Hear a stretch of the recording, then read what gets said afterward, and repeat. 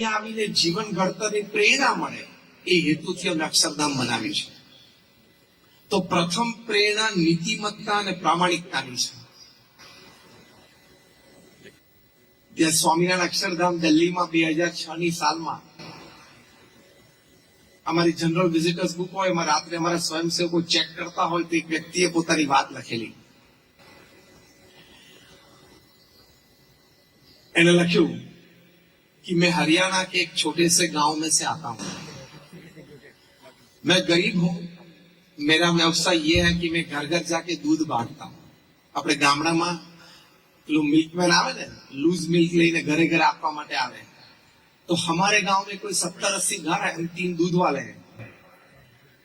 सुबह और शाम 2 दफा हम दूध देते हैं सभी को. मेरी आयु 50 साल की हुई. मैं दिल्ली से 2 दफा आया हूं. एक बार कोई हमारे गांव में कोई बड़े घर में शादी थी तो मैं बारात में आया था, और अभी दूसरी दफा मैं यहाँ आया हूं कुछ काम के लिए. यहाँ से गुजर रहा था, देखा कि अरे ये क्या बन गया दिल्ली में. सोचा कि अंदर चलूं. मैं अंदर आया, मुख्य स्मारक देखा, भगवान स्वामीनारायण जी के दर्शन किए, फिर सब प्रदर्शनी देखी. वहां मानव मूल्य की बातें लिखी हैं, प्रदर्शित की गई. तो उससे मैं इतना प्रेरित हुआ. तो मैं आज यह प्रतिज्ञा लेता हूं कि मैं अपने दूध में पानी नहीं डालूंगा.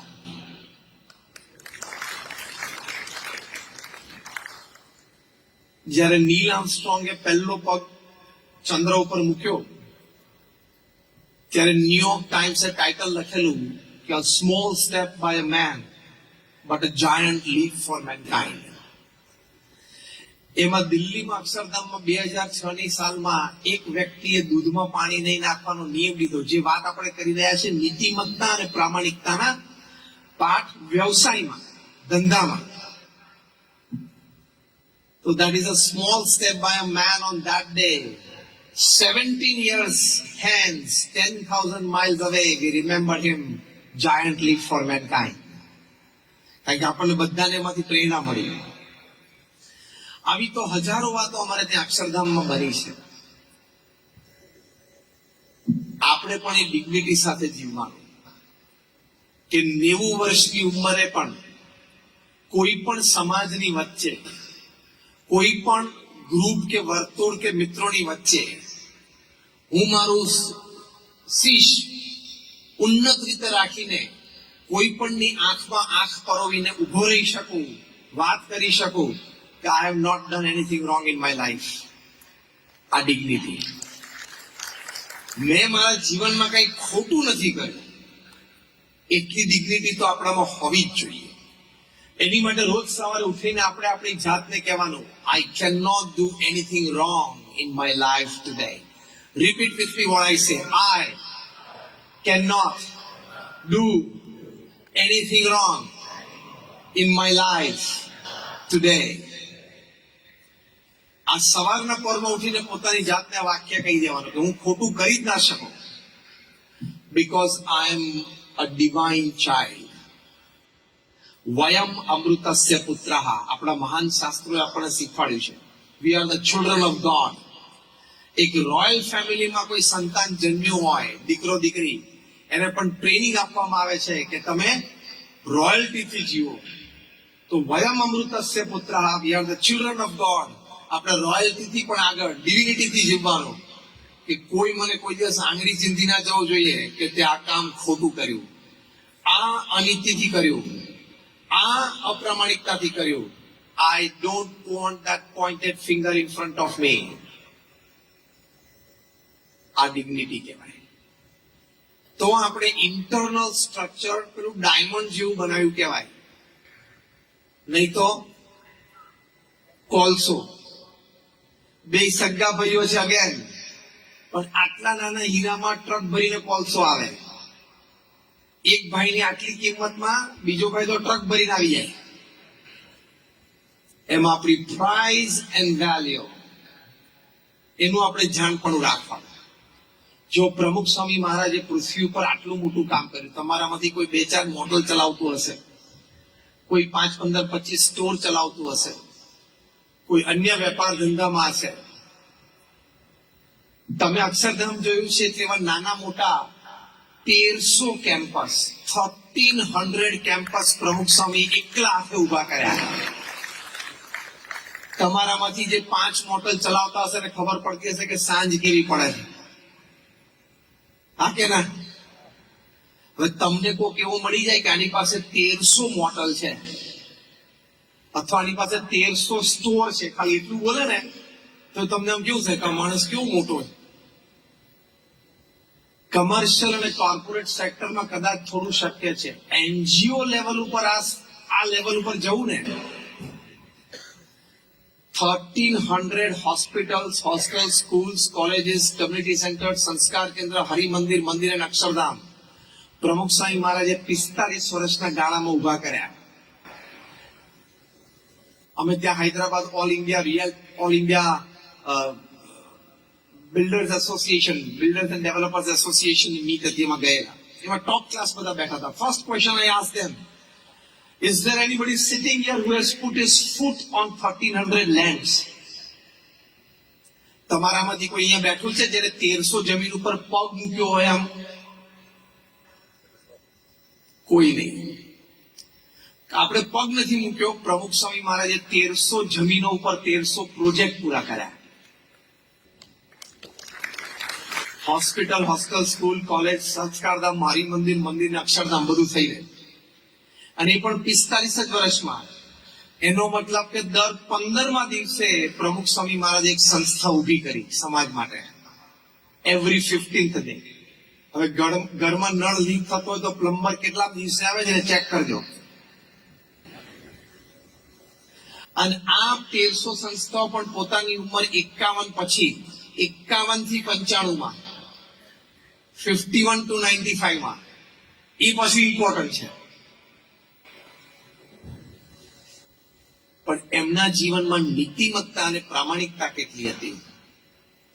એમને કોઈ પૂછ્યું કયો વિચાર તમારા મનમાં હંમેશા રહેશે? એમને કહ્યું જે વિચાર મને ક્યારેય નથી આવે હું કહું. એમણે કહ્યું કે કોઈનું પણ અહિત થાય એવો વિચાર મને જીવનમાં ક્યારેય નથી આવે. કેટલું પ્રામાણિક જીવન કહેવાય. અને અમે તો બહુ નજીકથી 30 વર્ષ એમની સાથે રહ્યા છીએ. એમની દિનચર્યા અને એમની વિચારધારાથી ખૂબ પરિચિત છીએ. પ્રમુખ સ્વામી મહારાજ 51 વર્ષની ઉંમર પછી દુનિયાના 60 દેશોમાં 18,000 ગામો અને શહેરોમાં જાતે ગયા. વ્યક્તિઓને નિર્વ્યસની કરવા માટે, એને ચારિત્રની દ્રઢતા કરાવવા માટે, કોઈ ડ્રગ એડિક્ટ હોય તો એને ડ્રગ છોડાવવા માટે, કોઈના ઘરમાં વિવાદ હોય તો એ વિવાદ મિટાવવા માટે, કોઈ પતિ પત્ની વચ્ચે ઝઘડો હોય તો એ પુરુષ સભ્યો પાસેથી વાત સાંભળીને એનું નિરાકરણ કરવા માટે, સમાજના સર્વાંગી ઉત્કર્ષ માટે દુનિયાના 60 દેશોમાં 18,000 ગામો અને શહેરોમાં જાતે ગયા. અત્યારે પૃથ્વી ઉપર 8 અબજની વસ્તી છે. એક માણસ મને લાવી આપો જે 18,000 ગામો અને શહેરોમાં ઇન પર્સન જાતે ગયો હોય. સાથે સાથે લોકો એને પત્ર લખતા એવા 7.5 લાખ પત્રોને એમને લેખિત જવાબ આપ્યા. 45 વર્ષ 50 વર્ષ સુધી રોજ સાંજે આવી રીતે 2 કલાક સત્સંગ માટે એમને આપ્યા. 3.5 લાખ ઘર, ઓફિસ, ફેક્ટરીમાં જાતે ગયા. અમારા જેવા 1100 સંતોને એમણે દીક્ષા આપી. એમાંથી 900 થી પણ વધારે સંતો graduates, post graduates, chartered accountants, doctors ને એન્જિનિયર્સ છે. એમાંથી 100 થી વધારે સંતો Born American and British citizens છે. હાર્વર્ડ માંથી MBA થયા હોય એવા પણ અમારા સંતો છે. જોર્જ ટાઉન માંથી લો થયા હોય એવા પણ અમારા સંતો છે. અમે તમને એટલા માટે વાત કરી તમને એમ ના થાય કે નહીં ફાવ્યું હોય, નહીં જામ્યું હોય, નહીં ગોઠવાણું હોય એટલે અહીંયા બેસી ગયા. હા,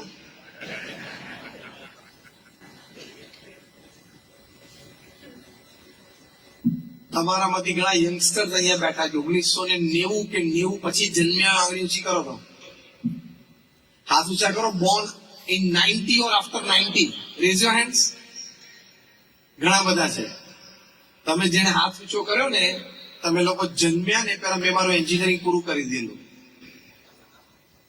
અને એ પણ ગવર્મેન્ટ કોલેજમાંથી, પ્રાઇવેટમાંથી નહીં. 54% કોમ્પ્યુટરમાં એન્જિનિયરિંગમાં એડમિશન મળી એવું નહીં. 45% એક કમ્પ્યુટર એન્જિનિયરિંગ એડમિશન મળ્યું નહીં. 80,000 નો વોલેન્ટિયર ફોર્સ કરે. આ હું તમને એટલા માટે સ્ટેટિસ્ટિક્સ કહું છું, તમે પણ આ સ્ટેટિસ્ટિક્સ સુધી ક્યાંક પહોંચી શકો છો. ઇન્ટરનલ ડિઝાઇન ચોખ્ખી રાખજો. આ લેવલ સુધી ખાલી બુદ્ધિમત્તા, આવડત, હોશિયારી ને પૈસાથી ના પહોંચાય. આ લેવલ ઉપર જો ને 2-5 મોટરો કરવી અને 2-4 સ્ટોર કરવા હોય તો બુદ્ધિમત્તા, પૈસા ને આવડત થી ચાલે. આ લેવલ નું એમ્પાયર ચલાવવું હોય ને તો અહીંયા અને અહીંયા ક્લેરિટી જોઈએ અને અહીંયા પ્યોરિટી જોઈએ. 2 વસ્તુ જોઈએ, પ્યોરિટી એન્ડ ક્લેરિટી. તો જ આ લેવલ સુધી જવાય, બાકી શક્ય જ નથી. અહીં અમેરિકામાં એમને 30 થી 40 શહેરોએ કીધું તો સિટી આપી. બ્રિટિશ પાર્લામેન્ટ, કેનેડાની પાર્લામેન્ટે સ્ટેન્ડિંગ ઓવેશન સાથે એમને સન્માન કર્યા. પણ તમને આશ્ચર્ય થશે કે 2 માંથી એકે અક્ષરધામમાં, ગાંધીનગરમાં કે દિલ્હીમાં કઈ પ્રમુખ સ્વામી મહારાજના અચીવમેન્ટ, સાહેબની કી ટુ ધ સિટીઝ, આ બ્રિટનના પ્રાઇમ મિનિસ્ટર જ્હોન મેજર એમને મળ્યા, અમેરિકાના પ્રેસિડેન્ટ બિલ ક્લિન્ટન એમને મળ્યા, એવા કોઈ એક્ઝિબિશન એમણે ગોઠવ્યા નથી. દિલ્હી અક્ષરધામ પૂરું થયું પછી ડોક્ટર સુબ્રમણ્યમ, જે લેનોક્સિલ હોસ્પિટલના મુખ્ય ડોક્ટર છે, 5,000 નો સ્ટાફ એમના નામે નભે છે ન્યુયોર્કમાં. એમણે પૂછ્યું પ્રમુખ સ્વામી કે what is the next project? પ્રમુખ સ્વામી મહારાજે કહ્યું અમારો પ્રોજેક્ટ તો ભક્તિ કરવી અને સમાજ સેવા કરવી 2 જ છે, વચ્ચે અક્ષરધામ તો એમને ઉભા થઈ જાય. આ Swaminarayan Akshardham is a byproduct. કેટલી ક્લેરિટી હશે, કેટલી પ્યોરિટી હશે, અને મોસ્ટ ઇમ્પોર્ટન્ટ સ્ટેપ કેટલી ઇગોલેસનેસ હશે. એટલે આપણે 2-5 મોટલ કે 2-5 સ્ટોરો એમાં ઈગો નહીં આવવા દેવાનો કે આપણે બાપુ ઘણું કામ કર્યું. કારણ કે ઈગો કોક દિવસ આપણને પછાડે. એટલે ઈગોલેસ રહેવા કે જે કઈ થયું છે એ મને સાથ સહકાર મળ્યો છે, પરિવારનો પ્રેમ મળ્યો છે, મિત્રોનો સહકાર ને પ્રેમ છે, મારા એમ્પ્લોઈઝની વફાદારી છે અને ભગવાનની કૃપા છે. આ બધું કોઈ એમ કેમ કે is a self made main, મને આ શબ્દ જ ગમતો નથી. Is a self made main. Nobody self made. છેવટે તારા પત્ની તને રસોઈ કરીને જમાડતા હતા ત્યારે તું ઓફિસ જતો હતો ને, you have some support from some sector. Even your driver plays a role, even your clerk plays a role, even your friends who has a session of laughter with you plays a role in your energy for your business. એટલે કોઈ જાતનો અહમ આવવા દેવો નહીં, તો જો તમારી પ્રગતિ જબરદસ્ત થાય. અહમ હોય ને એટલે માણસના અભિગમ નીચે બધું ઘણા સદગુણો અને કાર્યશક્તિ દબાઈ જાય. અહમ ના હોય તો આ બધું ખીલી ઉઠે. બીજી વાત આપણે કરી ક્લેરિટી, આ પ્રથમ વાત. બીજી વાત આપણે કરી પ્યોરિટી, કે જીવનમાં પ્યોરિટી પણ રાખવાની. પૈસો છે ને એ લક્ષ્મી છે. લક્ષ્મીનો દુરુપયોગ અને દુર્વ્યય ન થવો જોઈએ. એ કરીએ એટલે આપણે લક્ષ્મી માતાનું અપમાન કર્યું કહેવાય.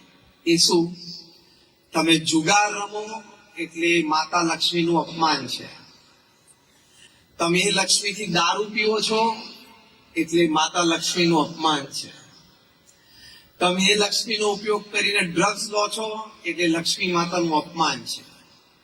એમણે કૃપા કરી કે તમારા ઘરે આવીને વસ્યા, એટલે કે તમારી પાસે અઢળક પૈસા થયા, અને પછી તમે એનો આવો ઉપયોગ કરો, અથવા તમારા સંતાનો પછી આવો ઉપયોગ કરવા માંડે, તો એ આપણી ગુજરાતી ભાષામાં એક શબ્દ છે.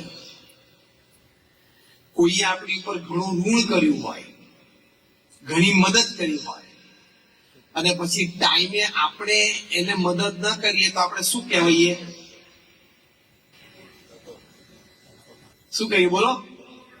નગુણો કહીએ ને? હા કે ના? આ શબ્દથી બધા પરિચિત છો? હા કે ના? આપણે નથી કહેતા કે આ માણસ નગુણો છે, એને કોઈએ મદદ કરી હોય, કોઈના પ્રત્યે સારી ભાવના રાખી હોય, કોઈ કિંમત જ નથી આ માણસ. એમ તમે જે લક્ષ્મી કમાણા, એ લક્ષ્મીથી દારૂ, ડ્રગ્સ કે જુગાર એમાં તમે લક્ષ્મીનો ઉપયોગ કરો એટલે તમે નગુણા કહેવા. ભગવાન એમ ગણે કે મેં આને કૃપા કરીને સુખી કર્યો અને આવો ઉપયોગ કરે છે. ભગવાનની આંખમાં ખોટા ઠર્યા અને ભગવાનની દ્રષ્ટિ ફરી ગઈ તો યાદ રાખજો, આજે નહીં તો કાલે, કાલે નહીં તો પરમ દિવસે પ્રશ્ન આવશે, આવશે ને આવશે જ. અને લક્ષ્મી રૂઠીને જતી રહે ત્યારે ખબર છે ને શું થાય? તમારામાં સગાવાલામાં, પડોશમાં, મિત્ર મંડળમાં કઈ અનુભવ છે કે લક્ષ્મી રૂઠીને જતી રહી હોય? હાથ ઊંચો કરો તો. સગાવાલામાં, મિત્રોમાં કોઈ અનુભવ છે? દેખાણું છે? હા કે ના? તો ઘણા બધા હાથ ઊંચો કર્યો છે. તે દિવસે તકલીફ ના પાર. એટલે પ્રથમ વાત આ કરવાની કે કોઈ પણ જાતનું વ્યસન ના હોય. બીજું વાત એક ડિગ્નિટીની દ્રષ્ટિએ, હું આમ ફ્રેશ થવા માટે થોડોક 2 ઘૂંટડા દારૂ પીવું તો જ મજા આવે. આખો દિવસ કામ કરીને થાકી ગયો હોય તો સાંજે જરા 2 ઘૂંટડા જોઈએ. અથવા સવારે ઘૂંટડો પીવું તો જરા ઓફિસે કામ કરવાની મજા આવે. અથવા તો ડ્રગ્સ લઈને થોડું નશામાં રહું તો રિલેક્સ થઈ જવું. આ બધા નમાલા વ્યક્તિઓના વિચાર છે. આ બધા કમજોર વ્યક્તિઓના વિચાર છે. કેટલાય મહાપુરુષો પૃથ્વી ઉપર થઈ ગયા, જે આપણે અહીંયા બેઠા છીએ, જેટલા આપણે અહીંયા બેઠા છે એ બધાનો આપણો વહીવટ વ્યવહાર ભેગા કરો ને એટલે રતન ટાટાના છાંટામાં ના આવે. ખબર છે ને? હા કે ના? બીજું, આપણે જેટલા અહીંયા બેઠા છીએ એ બધાનો વેપાર, ધંધો, વહીવટ વ્યવહાર ભેગા કરો એટલે મુકેશ અંબાણીના છાંટામાં ના આવે. હા કે ના? બોલો. આ બંને વ્યક્તિઓને કોઈ વ્યસનની જરૂર પડતી નથી. 12 કલાક કામ કરીને આખું એમ્પાયર 100 દેશોમાં ઉભું કર્યું અને તારે 2 સ્ટોરમાં 2 ઘૂંટણા મારવા છે ને જોઈએ સાંજ પડે.